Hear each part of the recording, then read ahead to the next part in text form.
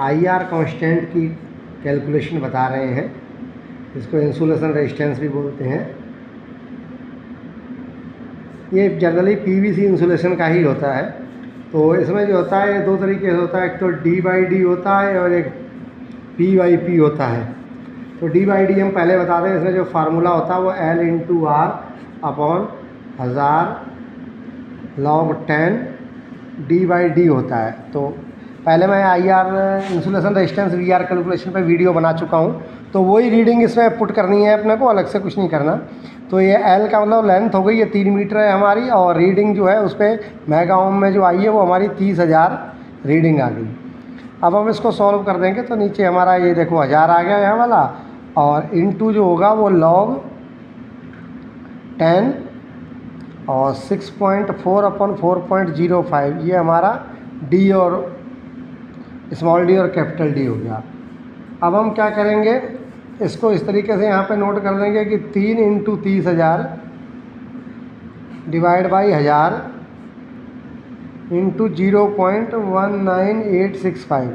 जो हमारा इसका लॉग आएगा वो ये आएगा। जैसे हम इसको निकाल के आपको बता दें, 6.4 डिवाइड बाई 4.05, ये जो है 1.58 आता है। तो इसका जो लॉग आएगा वो ये आएगा, क्योंकि log 10 जो होता है उसका कांस्टेंट 1 हो जाता है, इंटू x ये वाला हो गया हमारा। तो इसको जब log हम 1.58 का log निकालेंगे तो ये आंसर आ जाएगा हमारा। डायरेक्ट आप साइंटिफिक कैलकुलेटर से निकाल सकते हैं। तो हमारा ये आ गया। तो इसको हम यहाँ से जब मल्टीप्लाई करके रखेंगे तो ये हो जाएगा, इसको हम 30,000 को 3 से मल्टीप्लाई कर देंगे तो ये 90,000 हो जाएगा हमारा डायरेक्ट। और उसके बाद जो है इसको हम जब मल्टीप्लाई करेंगे तो ये 198.65 हो जाएगा। तो इसको हम डिवाइड कर देंगे डायरेक्ट कि 90,000 डिवाइडेड बाई 198.65। तो ये हमारी 453 मेगा ओम किलोमीटर जो हमारा IR कांस्टेंट आ गया। अब इसी तरीके से सेम P/P हो जाएगा। P/P में क्या होता है, पैराफेरी लेनी होती है। तो जैसे मैं बता दूं वो सेम इसी पे मैं आपको बता देता हूँ। 3 × 30,000 डिवाइड बाई 1000 इंटू log 10। तो पैराफेरी हमारी कोर की तो 20.11 और इंसुलेशन मतलब कंडक्टर की 12.73 आ गई फॉर एग्जांपल। तो ये मैंने उसी हिसाब से ले ली जिस पे log इसका इतना ही आ जाएगा। तो एग्जांपल के लिए ये हो गया। तो 3 × 30,000 डिवाइड बाई